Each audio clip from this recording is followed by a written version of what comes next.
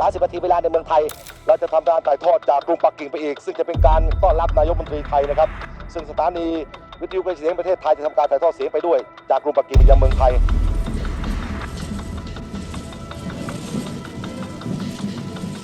ในขณะนี้เครื่องบินของสายการบินไทยนะครับซึ่งเป็นพาหนะนำคณะท่านนายกรัฐมนตรีหม่อมราชวงศ์พริตปราโมชและคณะผู้ที่ได้เดินทางมาถึงสนามบินกรุงปักกิ่งแล้วนะครับเสี่ยวผิงรองนายกรัฐมนตรีได้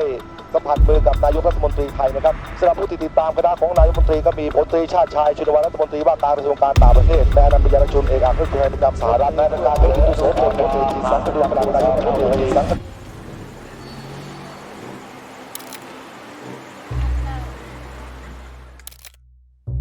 คุณเป็นคนรุ่นใหม่นะผมเป็นคนรุ่นเก่าผมพ้นหน้าที่ราชการมา40 กว่าปีแล้วตอนนี้ผมอายุ93เพราะฉะนั้นความจำคงจะไม่แม่นยำเท่าที่ควรเรื่องใหญ่ๆคงจำได้แต่จะเป็นวันที่เป็นพ.ศ.หรือเป็นรายละเอียดเนี่ยคงจำไม่ได้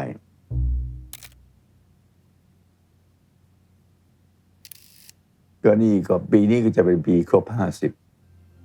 50ผมที่มีส่วนไม่มากก็น้อยในการที่วางรากฐานของการมีความสัมพันธ์ทางการทูตนี่ก็รู้สึกดีใจ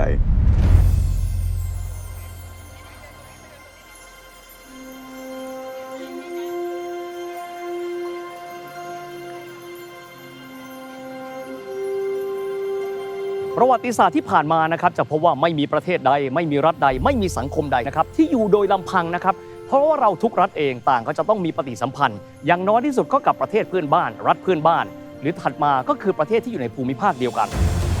ประเทศไทยของเราเองนะครับตั้งแต่สมัยที่เป็นสยามแล้วก็เป็นแบบนี้นี่แหละครับก็คือเราเองจะต้องมีปฏิสัมพันธ์กับประเทศต่างๆรัฐต่างๆที่อยู่รอบข้างไม่ว่าจะเป็นรัฐเพื่อนบ้านรัฐที่อยู่ในภูมิภาคเดียวกันก็ตามทีแต่ระยะหลังครับเมื่อการเดินทางคมนาคมนั้นดีขึ้นก็จะพบแบบนี้นะครับว่าประเทศอื่นๆจากนอกภูมิภาคประเทศมหาอำนาจที่มาจากพื้นที่ที่ไกลโพ้นก็เดินทางเข้ามาและมีปฏิสัมพันธ์กันกับเราครับข้อดีก็คืออะไรครับบางครั้งก็จะมีสินค้าเกษตรใหม่ๆเข้ามามีสินค้าใหม่ๆเข้ามานอกเหนือไปจากนี้ครับยังได้รับการถ่ายทอดวิทยาการเทคโนโลยีไม่จะเป็นเรื่องดาราศาสตร์เองก็ดีเรื่องของการป้องกันประเทศเรื่องของตัวเสื้อเกราะการแพทย์แผนตะวันตกรวมถึงวิทยาการเทคโนโลยีต่างๆการวางผังเมืองการปราปาด้วยแต่ว่าครับปฏิสัมพันธ์เหล่านี้ไม่ได้มาในรูปแบบที่เป็นบวกเสมอไปครับ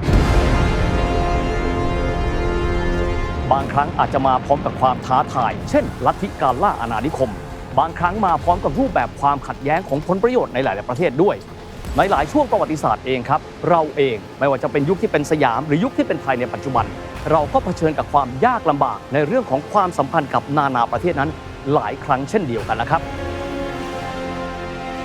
แล้วคุณเคยสงสัยไหมครับว่าประเทศเล็กๆอย่างประเทศไทยซึ่งบางครั้งเราพูดถึงตัวเองว่าเป็น middle power เราสามารถที่จะรักษาเอกราชของเรารักษาที่ยืนบนเวทีโลกของเรานั้นได้อย่างไรท่ามกลางกระแสโลกที่เชี่ยวกรากแม้จะเป็นจักรวรรดินิยมการล่าอาณานิคมสงครามโลกสงครามเย็นคำตอบอยู่ที่นี่แหละครับกระทรวงการต่างประเทศและในวาระแห่งการครบรอบ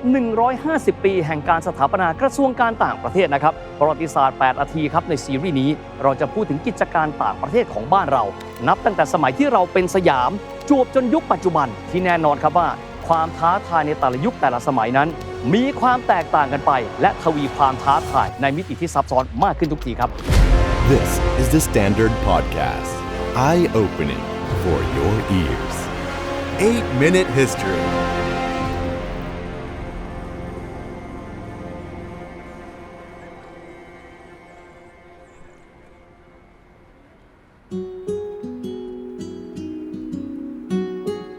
สีหบัญชรทรงบุษบกนี้หลายท่านเห็นแล้วจะบอกว่าคุ้นหน้าจังเลยถูกต้องแล้วครับจริงๆแล้วเป็นสีหบัญชรทรงบุษบกที่ทำจำลองขึ้นมานะครับหลายท่านที่เวลาที่เราเห็นภาพพระนารายณ์มหาราชเนี่ยทรงให้การต้อนรับกับคณะราชทูตจากราชสำนักที่ปารีสของพระเจ้าหลุยส์ที่14ที่มาทรงเจริญสัมพันธไมตรีกับสยามในเวลานั้นนี่แหละครับก็คือจำลองขึ้นมาหลายคนจะบอกเหตุการณ์ดังกล่าวเกิดขึ้นก็ประมาณสัก340-350 ปีแล้วเหตุไฉนจึงบอกว่ากระทรวงการต่างประเทศสถาปนามา150 ปีในปีนี้จริงๆต้องแยกแยะแบบนี้นะครับว่าจริงๆความสัมพันธ์และกิจการระหว่างประเทศของประเทศไทยกับประเทศต่างๆนี้เนี่ย มีมาเป็น100 ปีแล้วครับแต่ว่ากระทรวงการต่างประเทศที่ถูกตั้งขึ้นในฐานะที่เป็นส่วนราชการที่ดูแลกิจการต่างประเทศนั้นครบรอบ150 ปีครับแสดงว่าเรื่องกิจการต่างประเทศของบ้านเรานั้นมีขึ้นมาก่อนการสถาปนากระทรวงการต่างประเทศนะครับพูดง่ายเรามี precursor ขอเรียกว่าปฐมบทก็แล้วกันนะครับอันนี้ต้องมองย้อนกลับไปนะครับตั้งแต่สมัยต้นหรือว่ากลางอยุธยาในปี 2054 ครับนั่นคือนักเดินเรือชาวโปรตุเกสเดินทางเข้ามายังกรุงศรีอยุธยาที่ปีคศ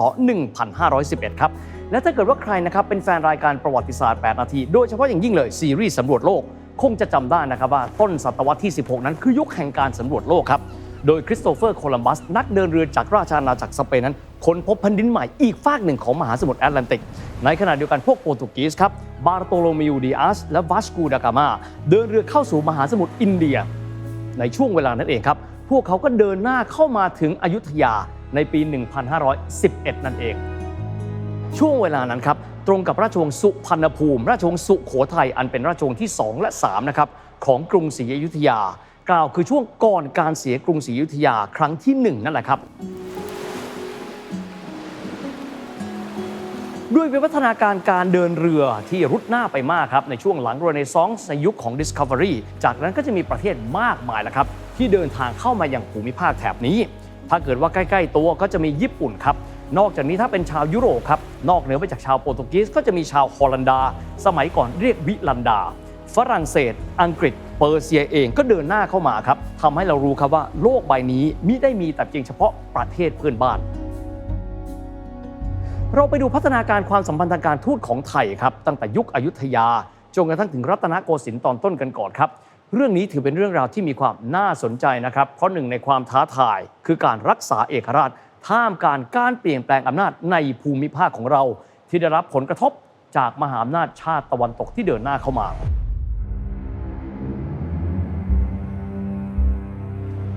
ไปดูกันที่ยุคของอยุธยากันก่อนเลยนะครับหลังจากการกอบกู้เอกราชของพระนเรศวรมหาราชในปี 1592 นะครับยุคนั้นเองครับพวกดัตช์ที่ตอนนั้นปลดแอกจากการเป็นอาณานิคมของราชสำนักสเปนแล้วพวกเขาเดินเรือมายังภูมิภาคของเราและนักเดินเรือชาวดัตช์ที่มีชื่อว่าเยเรมีสฟานฟลีตหรือว่าวันวลิตก็เดินทางมายังกรุงศรีอยุธยาในรัชสมัยของพระเจ้าปราสาททองนั่นแหละครับในยุคดังกล่าวเองนะครับต่างชาติเองเริ่มต้นทยอยเดินหน้าเข้ามายังราชอาณาจักรอยุธยาเป็นจำนวนมากขึ้นและมีความหลากหลายมากขึ้นเช่นเดียวกันนะครับในยุคของสมเด็จพระนารายณ์มหาราชเองพระองค์ทรงเล็งเห็นถึงความสัมพันธ์ของการค้าระหว่างประเทศและทรงให้การสนับสนุนอย่างเต็มที่ครับทำให้กรุงศรีอยุธยากลายเป็นศูนย์กลางทางการค้าที่สำคัญของภูมิภาคนี้มีพ่อค้าจากหลากหลายประเทศด้วยกันครับไม่ว่าจะเป็นจากราชสำนักจีนเองก็ดีอินเดียฮอลันดาอังกฤษรวมถึงจากเปอร์เซียเข้ามาค้าขายเป็นจำนวนมาก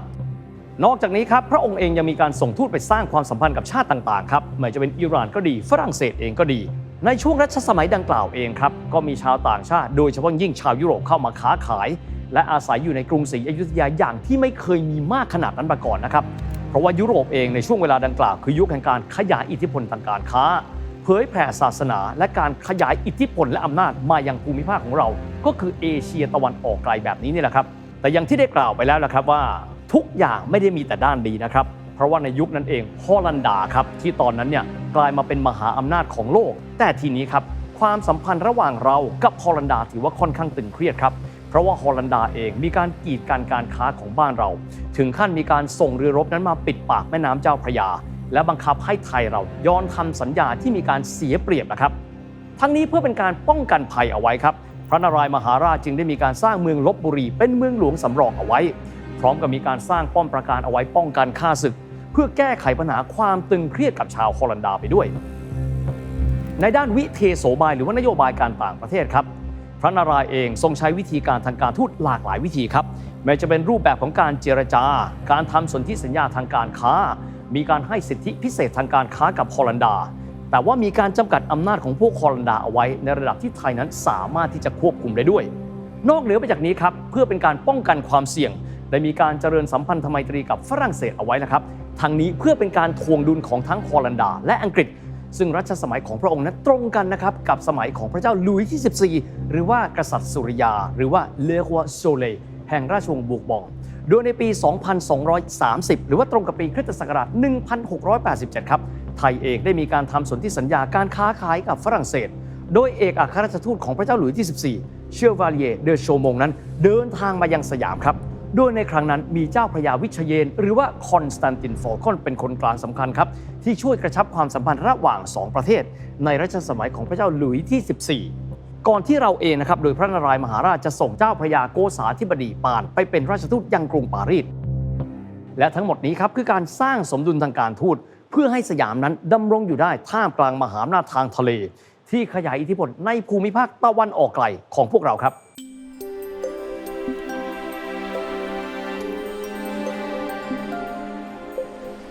ทีนี้เรา fast forward ครับมาสู่สมัยรัตนโกสินทร์ตอนต้นกันบ้างตอนต้นก็คือรัชสมัยของรัชกาลที่ 1 ถึงรัชกาลที่ 3 นั่นเองนะครับตรงกับปีคริสตศักราช 1782 ถึง 1851 นะครับไทยเองเน้นการค้าขายกับจีนที่เป็นหลักเลยครับด้วยปัจจัยหลายอย่างทั้งความสัมพันธ์ทางประวัติศาสตร์ความใกล้ชิดทางภูมิศาสตร์ความต้องการสินค้าซึ่งกันและกันการนิยมวัฒนธรรมจีนรวมถึงทักษะของคนจีนแหละครับที่มีส่วนช่วยในเรื่องของตัวเศรษฐกิจไทย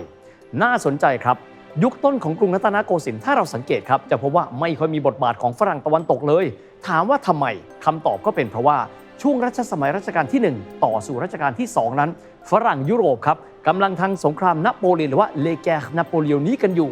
ในขณะที่สหรัฐอเมริกาในตอนนั้นยังเป็นประเทศเกิดใหม่มีเกร็ดเล็กน้อยครับว่าพวกเขาสหรัฐอเมริกามีการประกาศเอกราชก่อนการสถาปนากรุงรัตนโกสินทร์ 6 ปีเท่านั้นเองนะครับ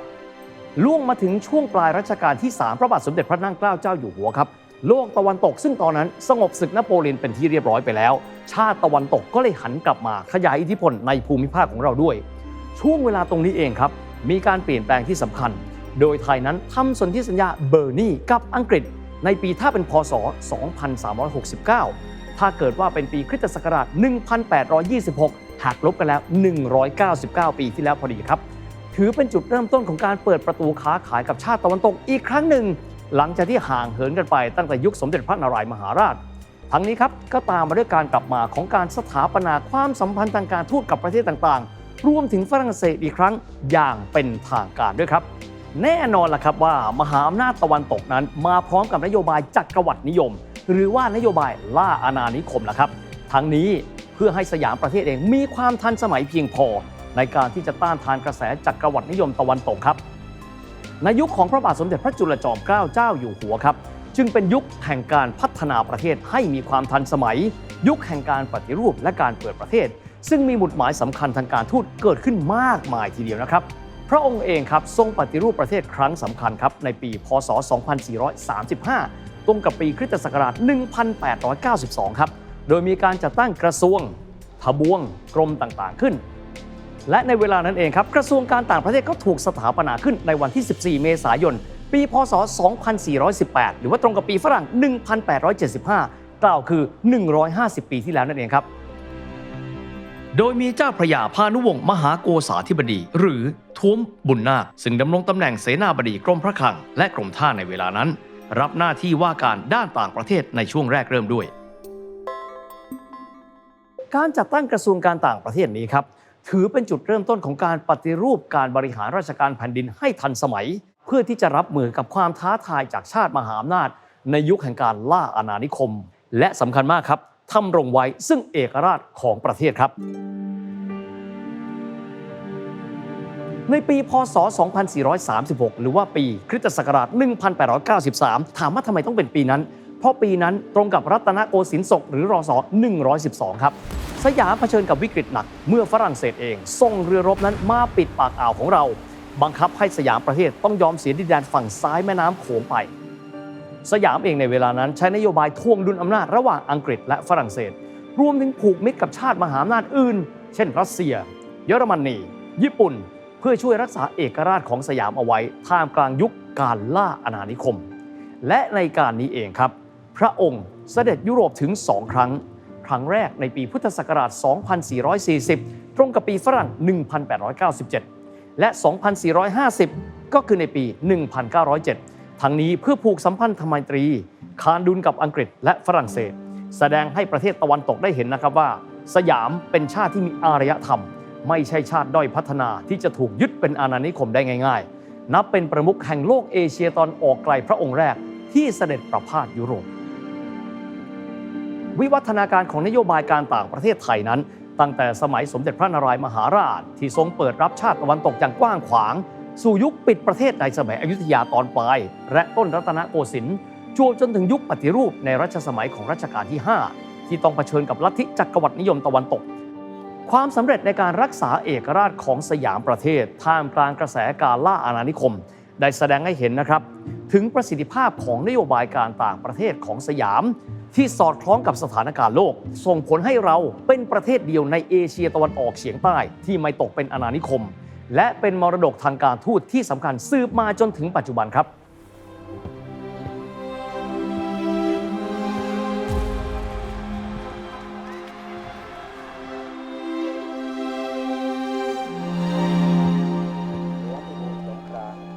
นายกรัฐมนตรีและรัฐมนตรีว่าการกระทรวงกลาโหมได้เป็นผู้นำในปี 1939 นะครับมีเหตุการณ์สำคัญ 2 อย่างที่จะไล่เรียงในบริบทนี้ครับอย่างแรกคือการที่ประเทศไทยนั้นเปลี่ยนชื่อจากเดิมสยามเป็นชื่อไทยชื่อเป็นภาษา international ก็คือไทยแลนด์นี่แหละครับในขณะเดียวกันนะครับกันยายนของปีนั้นสงครามโลกครั้งที่ 2 ระเบิดขึ้นเบื้องต้นทีเดียวนะครับประเทศไทยเองต้องการที่จะดำรงตนเป็นกลางครับแต่ท้ายที่สุดแล้วในวันที่ 7 ธันวาคม 1941 ครับในปีนั้นกองทัพพระจักรพรรดิญี่ปุ่นเดินหน้าในการที่จะเปิดศึก Surprise Attack ที่เพิร์ลฮาร์เบอร์และเชื่อไหมครับว่าแทบจะในวันเดียวกันหรือเรียกว่าวันเดียวกันเพียงแต่ต่างไทม์โซนครับ 8 ธันวาคม 1941 ครับกองทัพจักรพรรดิญี่ปุ่นเดินหน้าขึ้นมายกพลขึ้นบกที่สงขลาและประจวบคีรีขันธ์เป้าหมายคือการต้องการเดินทัพไปโจมตี British Empire ที่ British Malaya และก็ British Burma และเพื่อเป็นการหลีกเลี่ยงความขัดแย้งที่จะมีขึ้นกับญี่ปุ่นนะครับจอมพลป.พิบูลสงครามนะครับจึงได้เปิดทางให้กองทัพญี่ปุ่นนั้นเดินทัพไปยัง British Empire ทั้งนี้เพื่อการรักษาเอกราชด้วยแต่ว่าครับภายใต้แรงกดดันจากญี่ปุ่นรัฐบาลไทยจำเป็นต้องมีการประกาศสงครามกับสหรัฐอเมริกาและสหราชอาณาจักรซึ่งมีการประกาศขึ้นนะครับในปีถัดมาก็คือเดือนมกราคมของปี 1942 ครับที่ในเวลานั้นครับหม่อมราชวงศ์เสนีปราโมทอัครราชทูตไทยประจำวอชิงตันดีซีสหรัฐอเมริกาเลือกที่จะเก็บเอกสารประกาศสงครามนะครับกับสหรัฐอเมริกาเอาไว้และไม่ส่งต่อให้กับประธานาธิบดีแฟรงค์เดราโนรูสเวลต์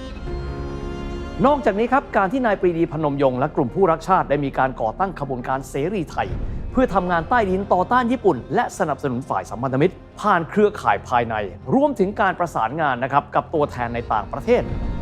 หลังสงครามโลกครั้งที่ 2 ครับนายปรีดีพนมยงค์และขบวนการเสรีไทยนั้นยังทำงานร่วมกันกับรัฐบาลใหม่ของไทยเพื่อที่จะเจรจาข้อตกลงทางการทูตที่ช่วยให้ไทยนั้นหลุดพ้นจากสถานะประเทศผู้แพ้สงครามอีกด้วยครับ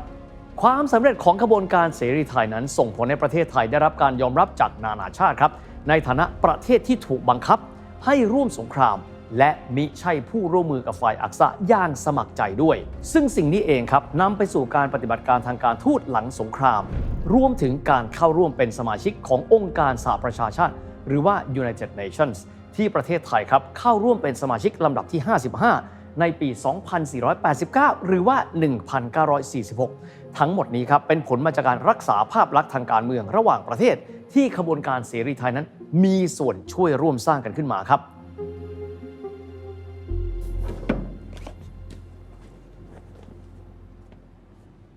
และในปี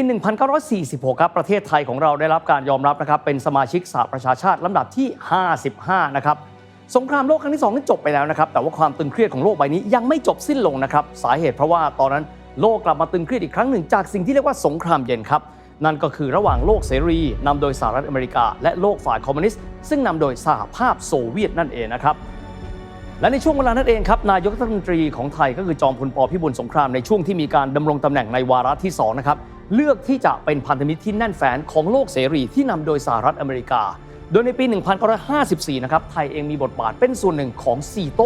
หรือว่าองค์การสนธิสัญญาเอเชียตะวันออกเฉียงใต้ Southeast Asia Treaty Organization ถ้านึกภาพไม่ออกนะครับก็เหมือนกันกับนาโต้นั่นแหละครับแต่ว่าเป็นผู้ที่ดูแลเสถียรภาพในภูมิภาคเอเชียตะวันออกเฉียงใต้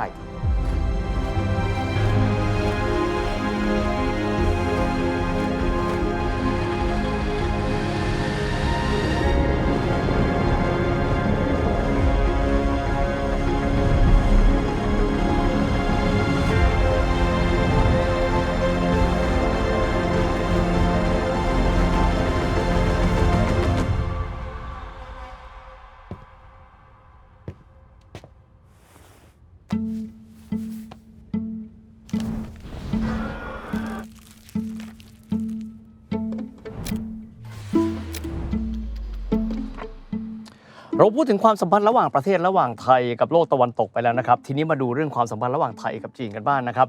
มองหน้าเฮียเองหลายคนก็บอกโอ้โหคนที่หน้าตาแบบนี้คนไทยเชื้อสายจีนเยอะแยะเลยเพราะว่าเราเองกับจีนก็มีความสัมพันธ์กันยาวนานเป็น100 ปีทีเดียวนะครับหรือบางคนบอกเป็นหลักพันปีก็ว่าได้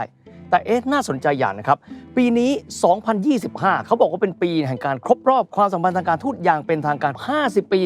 ระหว่างไทยกับสาธารณรัฐประชาชนจีนน่าสนใจก็คือว่าทำไมบอกผูกพันเป็น100 ปีแต่เสร็จแล้วความสัมพันธ์อย่างเป็นทางการแค่50 ปีถูกต้องครับนี่คือความสัมพันธ์ทางการทูตอย่างเป็นทางการนะครับจริงๆแล้วไทยกับจีนเองนะครับมีความผูกพันและติดต่อกันมาอย่างยาวนานนับตั้งแต่โบราณกาลเลยย้อนกลับไปได้ถึงสมัยราชวงศ์ฮั่นตะวันตกนะครับนั่นก็คือจักรวรรดิฮั่นวูตี้อยู่ก่อนยุค3ก๊กซะอีกนะครับก็มีความหมายว่าถอยกลับไปประมาณ 1,900 กว่าปีนู่นเลยนะครับอันนี้เป็นจากบันทึกของจีนนะครับซึ่งมีบันทึกประวัติศาสตร์ที่เกี่ยวข้องกับชนชาติไทยความสัมพันธ์ที่เด่นชัดนั้นมีมาตั้งแต่สมัยราชอาณาจักรสุโขทัยที่มีการติดต่อค้าขายระหว่างกันนะครับโดยในช่วงสงครามนะครับสมัยราชวงศ์หยวนก็คือพวกมองโกที่มีความสัมพันธ์กันกับสุโขทัยและในช่วงต้นราชวงศ์หมิงซึ่งตรงนั้นครับตรงกับต้นอยุธยามีชาวจีนจำนวนมากมาจากมณฑลทางตอนใต้ของจีนครับที่หลบหนีภัยสงครามและความอดอยากเข้ามาสร้างชีวิตใหม่ในสยามประเทศในช่วงเวลานั้นและนอกจากนี้โดยเฉพาะยิ่งครับในช่วงสงครามโลกและสงครามกลางเมืองของจีนระหว่างจีนคณะชาติกัวหมินตั๋งหรือก๊กมินตั๋งกับพรรคคอมมิวนิสต์จีนในทศวรรษที่30และ40ต่อเนื่องไปเลยนะครับทำให้มีคนจีนอพยพมาตั้งรกรากในประเทศไทยอีกจำนวนหนึ่งใหญ่ๆทีเดียวครับอย่างไรก็ตามครับความสัมพันธ์ระหว่างประเทศทั้งสองนี้เริ่มต้นเปลี่ยนแปลงไปหลังสงครามโลกครั้งที่2เมื่อพรรคคอมมิวนิสต์จีนนั้นมีชัยชนะเหนือพรรคก๊กมินตั๋งของนายพลเจียงเจี้ยซือหรือว่าเจียงไคเชกในสงครามกลางเมืองและสถาปนาสาธารณรัฐประชาชนจีนครับในปี 1949 โดยมีประธานเหมาเจ๋อตุงเป็นผู้นำสูงสุดและมีโจวเอินไหลเป็นนายกรัฐมนตรีขณะนั้นนะครับรัฐบาลของจอมพลป.พิบูลสงครามซึ่งเป็นนายกรัฐมนตรีสมัยที่2เองซึ่งในช่วงที่2นี้ท่านครองตำแหน่งทั้งหมด9 ปี 1948 ถึง 1957 ได้สนับสนุนนโยบายมหาอำนาจตะวันตกก็คือสหรัฐอเมริกาที่มีการปฏิบัติการกวาดล้างลัทธิคอมมิวนิสต์ทำให้ความสัมพันธ์ระหว่างเราทั้งสองไทยกับจีนหยุดชะงักชั่วครู่ครับต่อมาในปี 1959 ครับจอมพลสฤษดิ์ธนรัตน์ได้ลงนามในประกาศของคณะปฏิวัติฉบับที่ 53 ห้ามนำเข้าหรือขายสินค้าที่มาจากประเทศจีนคอมมิวนิสต์ที่เราเรียกกันว่าจีนแดงนั่นแหละครับถัดมาเป็นจอมพลถนอมกิติขจรก็คือปี 63 ถึง 1973 ดำเนินนโยบายเป็นพันธมิตรกับโลกเสรีที่นำโดยสหรัฐอเมริกาและต่อต้านนะครับโลกคอมมิวนิสต์ที่นำโดยสหภาพโซเวียตและจีน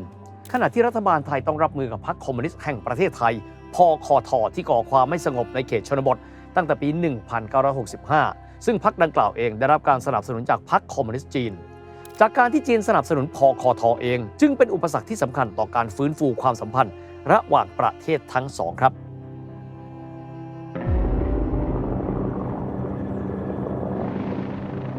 เมื่อสถานการณ์เริ่มเปลี่ยนไปครับในต้นทศวรรษที่ 1970 ครับสหรัฐอเมริกาเริ่มถอนตัวออกจากสงครามเวียดนามและหันมานะครับสมานไมตรีกับจีนเพื่อต่อต้านสหภาพโซเวียตกรกฎาคมของปี 1969 หรือว่า 2512 ประธานาธิบดีริชาร์ดนิกสันได้ประกาศลัทธินิกสันด็อกทรินซึ่งมีใจความหลักนะครับว่าสหรัฐจะไม่ส่งทหารเข้าไปช่วยเหลือพันธมิตรอย่างเต็มรูปแบบอีกต่อไปแต่จะเน้นการให้ความช่วยเหลือด้านเศรษฐกิจและอาวุธยุทโธปกรณ์แทนที่นอกจากนี้ครับว่าในเรื่องของสงครามเวียดนามเองก็มีนโยบายในการลดบทบาทของกองทัพสหรัฐในเวียดนามที่เรียกกันว่า Vietnamization สถานการณ์นี้เองเกิดขึ้นภายใต้คำแนะนำของที่ปรึกษาการต่างประเทศที่ต่อมาก็เป็นรัฐมนตรีต่างประเทศของสหรัฐนั่นก็คือเฮนรี่คิสซิงเจอร์ที่ใช้นโยบาย Realpolitik และเดินทางเยือนโจวเอินไหลนายกรัฐมนตรีจีนที่ปักกิ่งและเกิดเหตุการณ์สำคัญต่อมาอีกหลายประการครับเหตุการณ์สำคัญประการหนึ่งนะครับก็คือการที่สาธารณรัฐประชาชนจีนครับได้ก้าวเข้าไปเป็นสมาชิกองค์การสหประชาชาติแทนที่ไต้หวันในปี 1971-2514 ตามด้วยการเยือนจีนของประธานาธิบดีริชาร์ดนิกสันในปีถัดมาแน่นอนล่ะครับว่าทำให้พันธมิตรของสหรัฐอย่างไทยเองหันมาทบทวนถึงการเปิดความสัมพันธ์ระหว่างไทยกับสาธารณรัฐประชาชนจีนอีกด้วยในช่วงครึ่งแรกนะครับของปีคริสตศักราช 1975 หรือว่า 2518 ครับฝ่ายคอมมิวนิสต์เองสามารถที่จะยึดอำนาจในการปกครองในกัมพูชาและเวียดนามได้สำเร็จซึ่งต่อมาหลังจากนั้นในปลายปีก็เป็นที่ลาวครับ เหตุการณ์เหล่านี้ที่เรียกว่าโดมิโนล้มสร้างความกังวลให้กับบ้านเราประเทศไทยเป็นอย่างมากนะครับเพราะว่ากลัวครับว่าเราจะเป็นเป้าหมายการโจมตีของเวียดนามนั้นต่อไปจึงคาดหวังนะครับว่าจีนจะให้ความช่วยเหลือในด้านความมั่นคงเพื่อขาดอำนาจกับเวียดนามที่มีสหภาพโซเวียตนั้นหนุนหลังอยู่นอกจากนี้ไทยเองครับยังหวังที่จะให้พรรคคอมมิวนิสต์จีนนั้นยุติความช่วยเหลือให้กับพรรคคอมมิวนิสต์แห่งประเทศไทยหรือพคท.ที่ถือว่าเป็นภัยต่อความมั่นคงของไทยในช่วงเวลานั้นการเริ่มความสัมพันธ์ระหว่างไทยกับจีนนั้นจริงๆแล้วเริ่มต้นในปี 1972 นะครับเมื่อไทยเราเริ่มติดต่อกับจีนอย่างไม่เป็นทางการโดยใช้กีฬาเป็นสื่อกลางหรือที่เรียกกันว่าการทูตปิงปอง Ping Pong Diplomacy แม้จะมีการติดต่อกันอยู่บ้าง นะครับแต่เนื่องจากจีนนั้นยังอยู่ในยุคสายจัดและสนับสนุนขบวนการปฏิวัติฝ่ายสายทั่วโลกทำให้ไทยเองจึงลังเลในการที่จะปรับเปลี่ยนท่าทีต่อจีนอย่างเต็มที่ด้วยและแล้วครับในปีพ.ศ. 2518 1975 ไทยสร้างประวัติศาสตร์ที่สำคัญที่สุดครั้งหนึ่งด้วยการเปิดความสัมพันธ์ทางการทูตกับจีนท่ามกลางแรงกดดันจากสงครามเย็น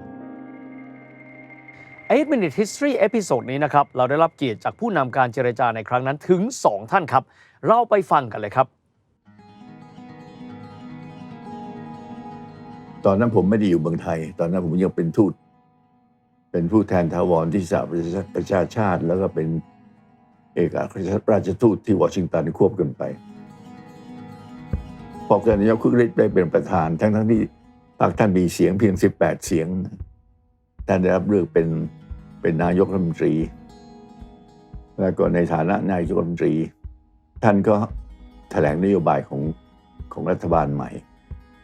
ถ้อยคำแถลงเท่าที่ผมจำได้มีเรื่องสำคัญ3เรื่องแรกคือเป็นเรื่องหลักการว่า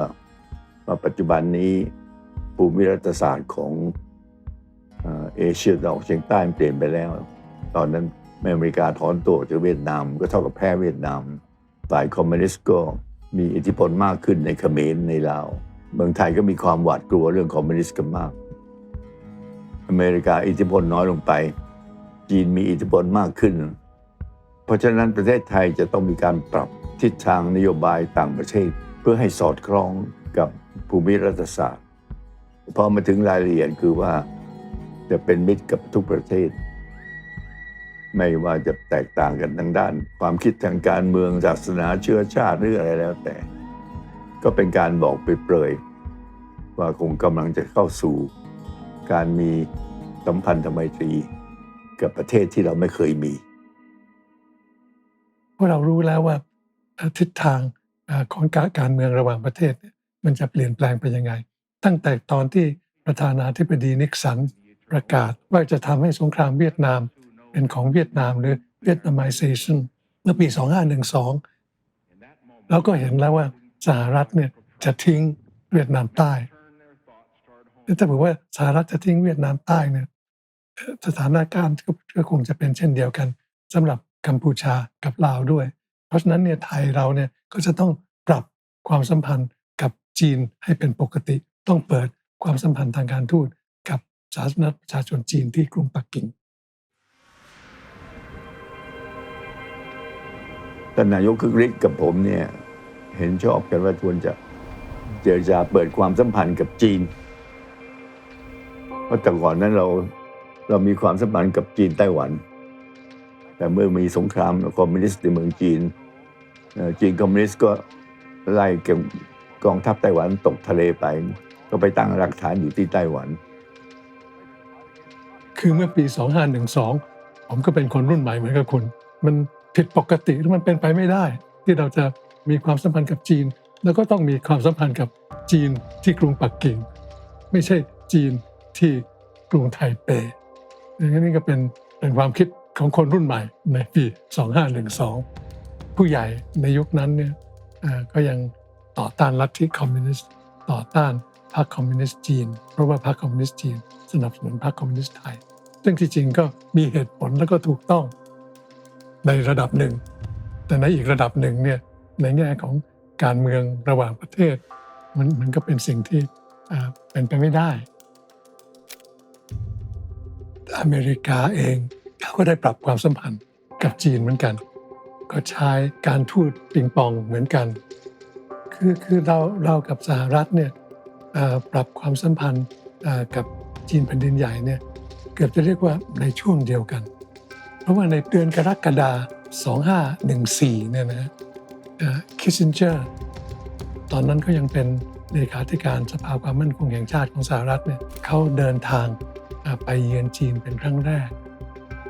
และเขาเดินทางผ่านเนี่ยมันน่าสนใจมากเขาเดินทางผ่านประเทศไทยนะเอาแวะที่ไซงอนแล้วก็แวะมาประเทศไทยตอนนั้นผมก็ยังเป็นเด็กมากยังไม่ได้เป็นหัวหน้ากองด้วยซ้ำนะฮะคิสซินเจอร์เนี่ยเขาพักอยู่กับทูตอเมริกันสมัยนั้นนะที่ทำเนียบสถานทูตอเมริกันที่ถนนวิทยุแล้วก็มีการเลี้ยงอาหารเช้านะครับแล้วก็เชิญผมไปพบกับคิสซินเจอร์รวมกับทั้งคนไทยอีก 2-3 คนที่สำคัญก็คือคุณสุลักษณ์ศิวรักษ์ในฐานะปัญญาชนอิสระก็มีการสนทนากันเกี่ยวกับบ้านเมืองเกี่ยวกับสถานการณ์โลกเกี่ยวกับสงครามเวียดนามมีอยู่ตอนหนึ่งคิสซินเจอร์ก็ถามขึ้นมาบอกว่าแล้วสงครามเวียดนามเนี่ยเราจะแก้ไขยังไงเราจะยุติสงครามเวียดนามยังไงคุณสุลักษณ์ศิวรักษ์เนี่ยแกก็บอกว่ากุญแจที่จะแก้ปัญหาสงครามเวียดนามได้เนี่ยอยู่ที่จีนทุกคนก็อึ้งไปรวมทั้งคิสซินเจอร์ด้วยแล้วก็เปลี่ยนเรื่องคุยเรื่องอื่นต่อจากนั้นเนี่ยคิสซินเจอร์ไปปากีสถานแล้วจากปากีสถานเนี่ยขึ้นเครื่องบินเข้าไปเจรจากับนายกรัฐมนตรีโจเอนไลจีนเขาได้รับการรับรองเป็นสมาชิกสหประชาชาติผมก็อยู่ที่นั่นซึ่งตอนนั้นรัฐบาลยังไม่กล้าที่จะเปิดเผยการอยากมีความสัมพันธ์กับจีนนะเพราะไต้หวันก็ยังมีอิทธิพลมากในเมืองไทยไม่ว่าจะเป็นเรื่องของคนจีนในเมืองไทยก็ดีไม่ว่าจะเป็นเรื่องนิสิตต่างๆที่เขาจะให้ความช่วยเหลือก็ดีแต่ท่านปริศนาท่านก็สั่งผมมีการภายในส่วนตัวบอกว่าให้ผมเนี่ยในเมื่อจีนเขามาเป็นสมาชิกแล้วให้ผมเริ่มติดต่อในทางสังคมได้ผมก็เริ่มจะพบกับจีนในทางสังคมแต่เป็นการพบลับๆไปพบที่คณะทูตถาวรเขาบ้างไปพบที่ในห้องเงียบๆในสหประชาชาติบ้างไม่เปิดเผยแล้วก็ไม่ได้คุยเรื่องการเมืองอะไรเป็นการคบทาบทามเพื่อความรู้จักทางส่วนตัวแต่พอมาถึงรัฐบาลคริสเนี่ยก็บอกว่าอยากมีความสัมพันธ์ก็ให้ผมไปปักกิ่งผมบอกในทางเรื่องนี้มันยังไปทันทีไม่ได้ไม่ใช่ไปถึงบอกให้ขอมีความสัมพันธ์แล้วลงนามกันเลยไม่ใช่เพราะมันจะต้องมีข้อตกลงมันจะต้องมีการเตรียมตัวว่าจุดยืนของประเทศไทยของรัฐบาลไทยอยู่ตรงไหนจุดยืนของจีนอยู่ตรงไหนที่มันตรงกันตรงไหนที่มันขัดแย้งกันถ้าเบิกขัดแย้งกันแล้วจะมีทางที่จะเจรจากันได้หรือไม่เพราะฉะนั้นผมก็บอกกับท่านดิชาติชายบอกผมต้องขอเวลาหลังนั้นผมก็โทรเรียกถึงท่านทูตคงหัวท่านทูตจีนที่อยู่ที่ประชาชาติซึ่งเป็นเพื่อนกันซึ่งต่อมาท่านมาเป็นรัฐมนตรีต่างประเทศนะผมก็บอกนี่รัฐบาลไทยมีความปรารถนาที่จะเดินทางไปปักกิ่งเพื่อไปเจรจาเรื่องการปรับความสัมพันธ์สัก2 วันต่อมาทางจีนก็คงหัวก็ตอบผมมาบอกว่าทางจีนพร้อมที่จะรับคณะของไทยทางผมก็ตั้งคณะทำงานมีอธิบดีกรมการเมืองคุณโกศลมีรองอธิบดีกรมการเมืองคุณชวาลมีหัวหน้ากองเอเชียตอนออกคือคุณเตดบุญนาคไปด้วยเพราะว่าผมเป็นหัวหน้ากองก็รับผิดชอบโดยตรงเราไปเจรจาแถลงการร่วมก็นำโดยคุณอานันต์ปัญญารชุนซึ่งตอนนั้นยังเป็นเอกอัครราชทูตอยู่ที่กรุงวอชิงตันนะก็เจรจาอยู่สัก3 วันก็ปรากฏว่าเขาไม่ได้แข็งกร้าวเลยเราก็ยืนยันในสิ่งที่เรายืนยันในเรื่องของอิสรภาพเรื่องของผลประโยชน์ของประเทศชาติในเรื่องของสัญชาติคนจีนทางจีนเขาก็บอกว่าเขาก็ไม่มีอะไรขัดข้องที่คนจีนในเมืองไทยจะเป็นเปลี่ยนสัญชาติเป็นไทยส่วนเรื่องสงครามเวียดนามก็ไม่เคยเอ่ยถึงเลยเรื่องเหล่านั้นเป็นเรื่องที่ผมต้องไปเจรจาในโอกาสต่อไปกับเวียดนามแต่จีนเขาไม่ยกเลย แล้วต่อว่าเขาเรื่องวิทยุที่คุณหมิงวิทยุเสียงอะไรที่ว่าด่าว่าเมืองไทยทุกวันเราก็บอกเขาไม่ได้อย่างนั้นเขาก็ปิดให้ก็เป็นการเจรจาที่ก็มีการถกเถียงกันบ้างแต่ไม่ก็บนพื้นฐานของความเป็นมิตรมากกว่าผมว่าทั้งสองฝ่ายเข้าใจว่าขณะนี้เรากำลังพูดกันถึงเรื่องในอนาคตมากกว่าที่จะคุยกันเรื่องในอดีตพอตกลงกันได้ก็มีการเซ็นที่เขาเรียก joint communique เราเซ็นแต่เฉพาะที่เขาเรียก initial อย่างอนันต์ปัญญาชุนกับ AP อะไรเงี้ยแล้วต่างฝ่ายก็ต้องจะเอา joint communique เนี่ยไปเสนอรัฐบาลเมื่อรัฐบาลทั้งสองฝ่ายตกลงถึงจะมีการลงนามเป็นความตกลงเป็นทางการเปิดความสัมพันธ์ทางการทูตเพราะฉะนั้นเนี่ยเราก็กลับมาเนี่ยเราได้แก้ไขปัญหาต่างๆเสร็จเรียบร้อยครม.ก็มีมติอนุมัติให้ไปลงนามแถลงการร่วมได้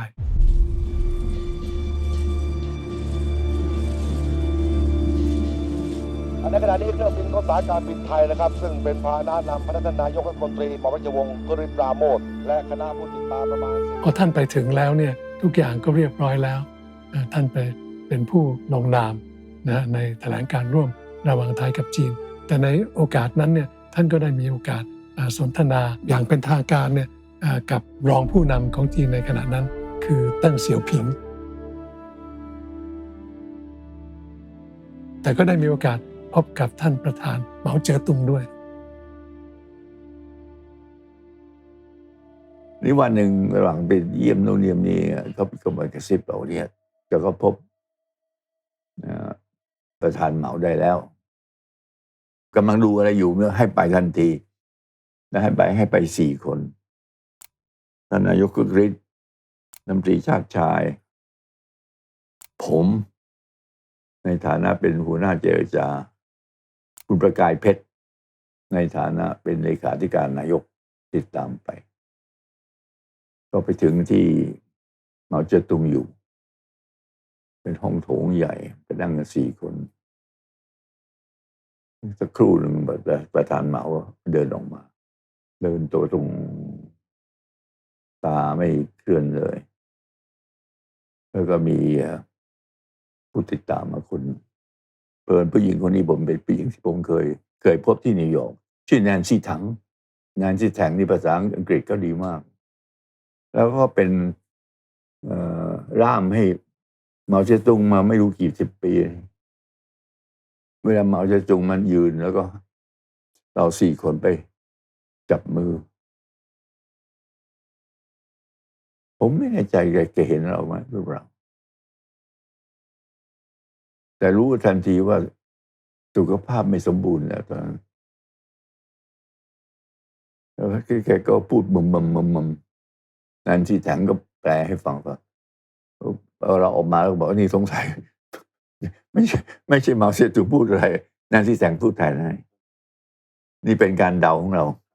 พอจับมือ4 คนเสร็จเขาก็ให้ผมกับคุณประกายเพชรคอยอยู่ข้างนอกเหมาเจ๋อตุงก็พาคุณกฤษกับคุณชาติชายไปห้องเล็กอีกห้องหนึ่งก็ไปนั่งคุยกันที่ในห้องส่วนตัวก็จะเป็น15 นาทีครึ่งชั่วโมงจำไม่ได้แน่ก็น่าเสียดายเพราะตามปกติเวลามีผู้ใหญ่พบกันอย่างกระทรวงต่างประเทศจะรู้ดีจะมีคนคอยจดบันทึกใช่ไหมแต่เนื่องจากไปทั้งนายกทั้งคุณชาติชายซึ่งไม่เคยจดบันทึกอะไรท่านออกมาท่านก็มาเล่าแต่นี่สิ่งที่ท่านทำมาเล่าเนี่ยผมก็ไม่แน่ใจว่าท่านต่อเติมให้มันสนุกมากกว่านั้นแค่ไหนเราก็ไม่แน่ใจว่าพูดทั้งหมดหรือพูดเรื่องอะไรแต่ผมก็แน่ใจว่าเหมาเจ๋อตุงไม่อยู่ในฐานะที่จะพูดเรื่องการเมืองอะไรก็ถามสุขอะไรกันอย่างที่คุณกฤษออกมาเล่าบอกเนี่ยประธานเหมาถามว่ามาเมืองจีนนี่ไม่กลัวเหรอเพราะใครมาเมืองจีนกลับไปก็เจ๊งทุกคนไม่เป็นว่าจะเป็นนิกสันจะเป็นใครเลยท่านนายกก็คือแต่ไม่ใช่ท่านเก่งทางด้านโต้ตอบท่านบอกไม่กลัวเพราะท่านถือว่าท่านมาหาผู้ใหญ่ในที่เคารพก็มีเรื่องฝอยแบบนี้หลายเรื่องนะซึ่งผมก็ไม่แน่ใจว่า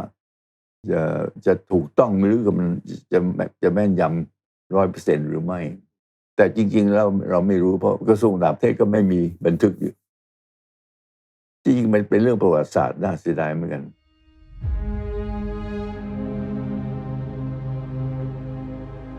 หลังจากที่ทั้งสองประเทศสถาปนาความสัมพันธ์ทางการทูตระหว่างกันเมื่อวันที่ 1 กรกฎาคม 2518 หรือว่า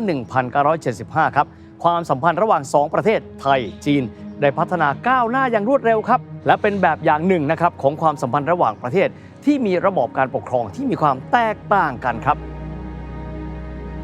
และในทศวรรษแรกหลังจากที่สถาปนาความสัมพันธ์ทางการทูตอย่างเป็นทางการระหว่างกันนะครับทั้งสองประเทศครับก็ประสบความสำเร็จในการเสริมสร้างความเข้าใจ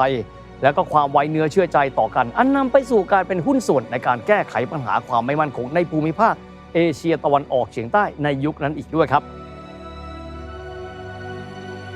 การเปิดความสัมพันธ์กับจีนนะครับไม่ได้เป็นแค่เพียงการสร้างสะพานเชื่อมกับโลกคอมมิวนิสต์ครับแต่ว่ายังเป็นการสะท้อนถึงความสามารถของไทยในการรักษาสมดุลในโลก2ขั้วอีกด้วยครับ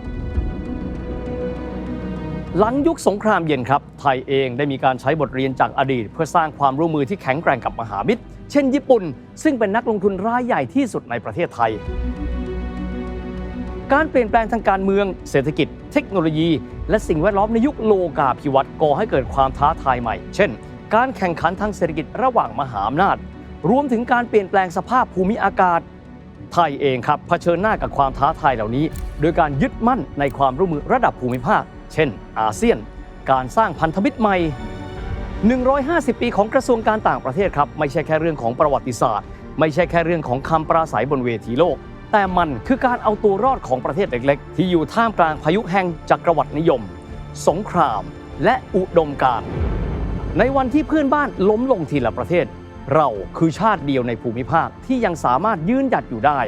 ไม่ใช่เพราะมีแสนยานุภาพไม่ใช่เพราะเรามีพรมแดนธรรมชาติที่ปกป้องเราแต่เป็นเพราะเรามีกุญแจดอกหนึ่งและนั่นก็คือการทูตจากสมเด็จพระนารายณ์มหาราชถึงพระบาทสมเด็จพระจุลจอมเกล้าเจ้าอยู่หัวรัชกาลที่ 5ถึงขบวนการเสรีไทยทุกการเคลื่อนไหวทุกการตัดสินใจล้วนเดิมพันด้วยความอยู่รอดและนี่เป็นแค่จุดเริ่มต้นเพราะหลังม่านของสงครามโลกยังมีสงครามอุดมการณ์ที่น่ากลัวกว่า8 Minute History นะครับซีรีส์150 ปีกระทรวงการต่างประเทศในตอนหน้านะครับเราจะพาทุกท่านครับไปเจาะลึกเบื้องหลังของการฝ่าวิกฤตการต่างประเทศของบ้านเราภายใต้การขับเคลื่อนและการทำงานอย่างหนักของกระทรวงการต่างประเทศกระทรวงที่พระอาทิตย์ไม่เคยตกดิน